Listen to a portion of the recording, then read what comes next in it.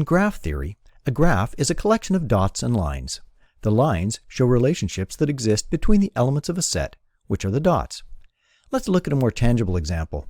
An airline has flights to 5 different airports: Ottawa, Halifax, Toronto, Calgary, and Edmonton. From Ottawa, you can fly to Halifax and Toronto. From Halifax, you can fly to Ottawa and Edmonton. From Toronto, you can fly to Ottawa, Calgary, and Edmonton. From Calgary, you can fly to Toronto and Edmonton. And from Edmonton, you can fly to Toronto, Halifax, and Calgary. A graph that represents this scenario would look something like this. Now, try this question on your own. A company is installing a new computer network, and some computers have to be directly connected to others. There are 6 computers, A, B, C, D, E, and F. A must be directly connected to B, C, E, and F. B must be directly connected to A, C, and D. C must be directly connected to A and B. D must be directly connected to B and E.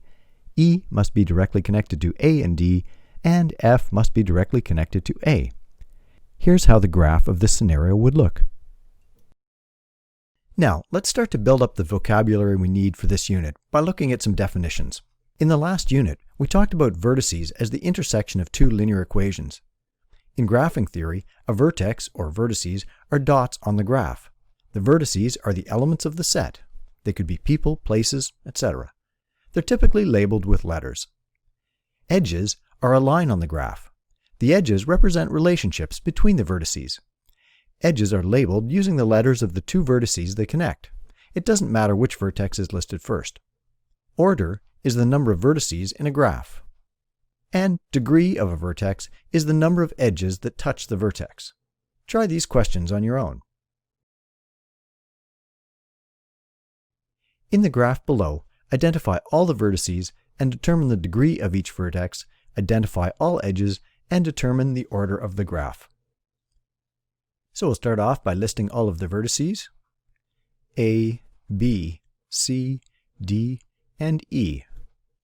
Now we want to look at the degree of each. The degree is the number of edges that connect each one.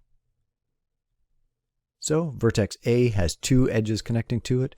Vertex B also has 2. Vertex C has 1, 2, 3 connecting to it.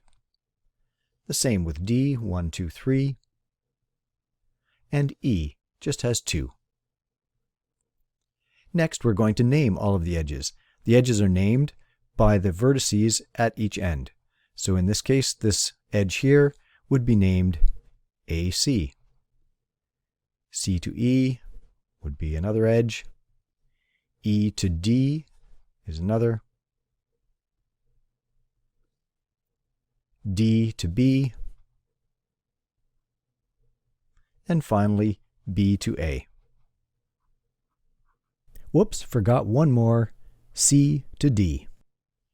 Now, the last piece of information they're looking for is the order of this graph, and because there are 5 vertices, the order is 5.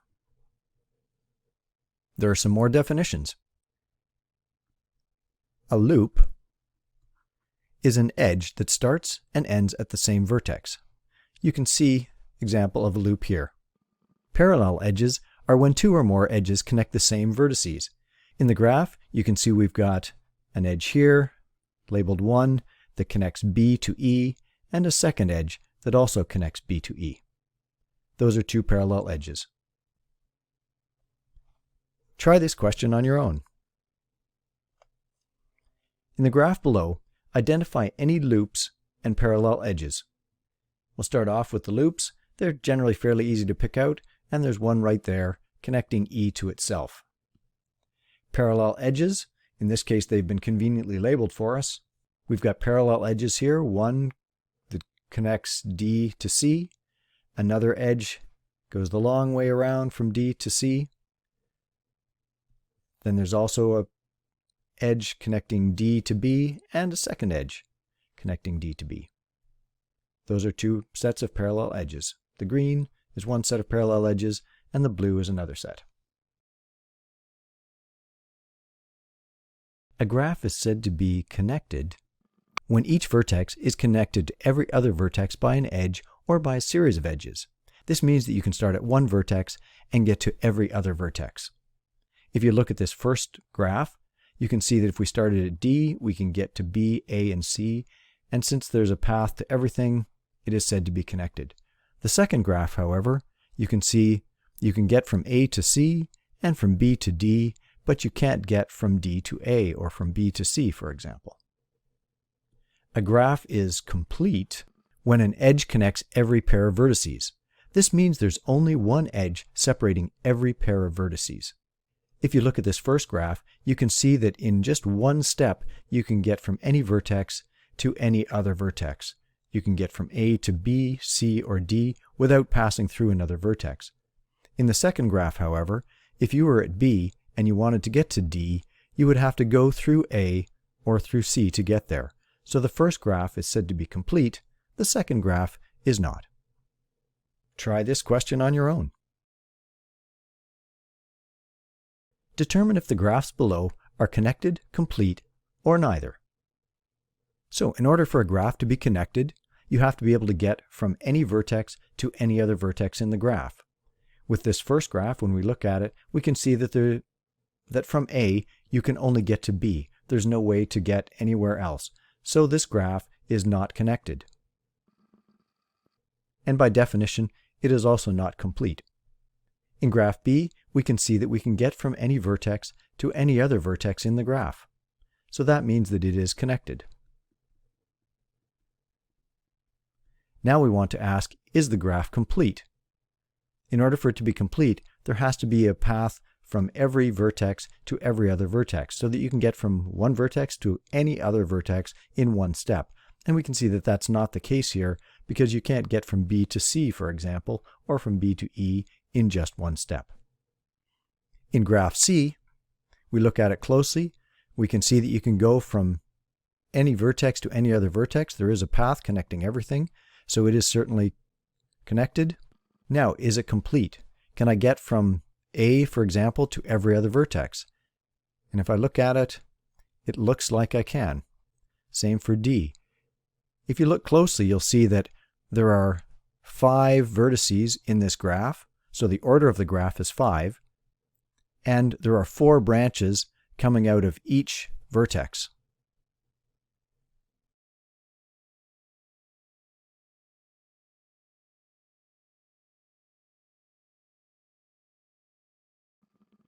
The complement of a graph is a graph that contains the edges necessary to complete the initial graph. You can think of this as the missing edges. In this case, we've got a graph with 5 vertices, but it is not complete. Let's look at the complement. First, we're going to need to create all of the same vertices. So we'll go A, B, C, D, and E. Now let's look at what's required to make this complete. I need a connection from B to E, so I'm going to draw that in. I need a connection from C to A, or from A to C, so I'll connect those. I need a connection from E to D and from D to C, so I'll make those connections. And finally, I need a connection from A to D. And with that, I've now got the complement of the initial graph. Try this question on your own. Create the complement of the graph given below. We start off by creating a duplicate of the vertices. Now we look at each vertex. Vertex A is currently connected to D and B. We need to connect it to E, and we also need to connect it to C. Now we look at vertex D. It's currently connected to A, C, and E, but it's not connected to B, so let's connect that. Vertex C has a connection to D and E, but it's not connected to A and B. We've already done the connection to A, so we just need to add a connection to B. Vertex B is connected to A. It needs to connect to E, D, and C. We've already got D and C connected, so we just need to add a connection to E. Finally, let's take a look at vertex C. It was being connected to D and C. It needs also to connect to A and B, and we can see that we've already made those connections. You can tell if you've created the complement if every vertex connects directly to every other vertex. If there are 5 vertices, then the number of edges connecting to each vertex in both the original graph and the complement should add up to be at least 4. A vertex may have more than 4 edges if it has parallel edges connecting to it. Let's take a look at the graph that we just did here. And if we look at vertex A in the original graph, we can see there's 1, 2, and then if we look at the complement, here's 3 and 4. Looking at vertex D, we've got 1, 2, 3, and on the complement, line 4. Vertex C again, 1, 2, 3, and 4 on the complement. And you can see as we go around the graph to the other vertices, that rule holds true. From this unit, you should remember the following definitions: vertex and vertices, edge, order, degree, connected graph, complete graph, and complement of a graph.